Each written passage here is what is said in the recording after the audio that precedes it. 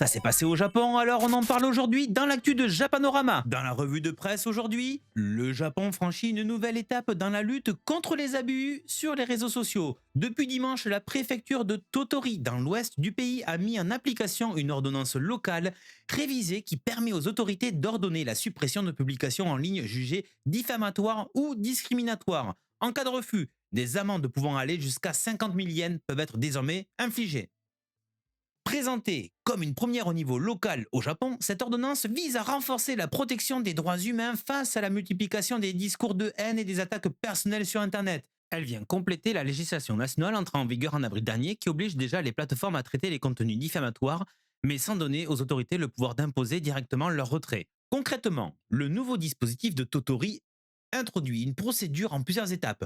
Un résident qui estime qu'un message en ligne porte atteinte à ses droits ou à ceux d'un tiers peut saisir le gouvernement de la préfecture. Celui-ci transmet alors la plainte à un comité d'experts indépendants composé d'universitaires spécialisés dans les questions de droits humains et nommés par le gouverneur.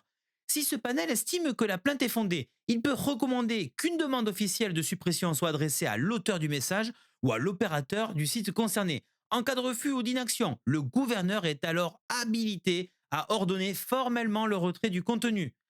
Et cette fois, les conséquences sont bien réelles.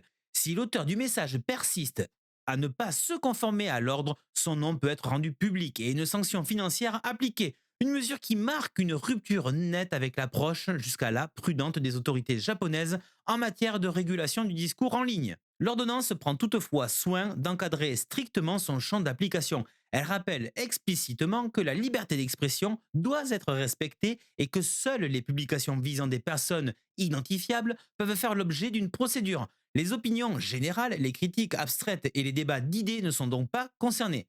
Une attention particulière a également été portée aux situations impliquant des mineurs. Dans ce cas, les autorités doivent évaluer l'impact potentiel de la procédure sur la santé mentale et physique de la personne concernée, qu'il s'agisse de la victime ou de l'auteur du message. Le gouverneur de Totori, Shinji Hirai, espère que ce nouveau cadre juridique jouera avant tout un rôle dissuasif. L'objectif affiché n'est pas de multiplier les sanctions, mais de faire comprendre que les comportements abusifs en ligne ne sont plus sans conséquence, même dans l'espace numérique. Cette initiative locale est observée de près à l'échelle nationale, d'un pays où les drames liés au harcèlement en ligne ont régulièrement choqué l'opinion publique ces dernières années. Totori pourrait bien servir de laboratoire juridique. Si le dispositif s'avère efficace et équilibré, d'autres collectivités pourraient être tentées de s'en inspirer.